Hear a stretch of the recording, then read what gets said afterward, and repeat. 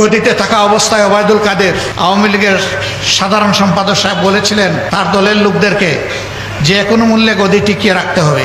যদি গদি চলে যায়, চলে যাওয়ার প্রথম 2 দিনে 5 লক্ষ আওয়ামী সন্তানকে হত্যা করা হবে।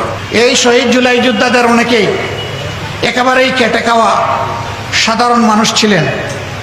আপনারা দোয়া করবেন, তাদের শতাধিক পরিবারের দায়িত্ব একটা দ্বীনি সংগঠন, রাজনৈতিক সংগঠন বাংলাদেশ জামাতে ইসলামী গ্রহণ করেছে। মাসের 1 তারিখ তাদের দেওয়া অ্যাকাউন্ট অনুযায়ী তাদের অভিভাবক জীবনে বেঁচে থাকা অবস্থায় যে রুজি হতো তার চাইতে সামান্য আরও একটু যোগ করে তাদের অ্যাকাউন্টে 1 তারিখ সেটা পাঠিয়ে দেওয়া হয়। আমাদের স্পষ্ট বক্তব্য, অতীতের বস্তা পচায় ধারায় নতুন কোনো নির্বাচন চাই না, এবং এমন কোনো নির্বাচন আমরা মেনেও নেব না। আমরা প্রবাসীদের ভোটাধিকার চেয়েছি। এই আন্দোলন, এই বিপ্লবে, এই অভ্যুত্থান আমরা একা করি নাই। আমাদের প্রবাসীরা সমান কৃতিত্বের দাবিদার।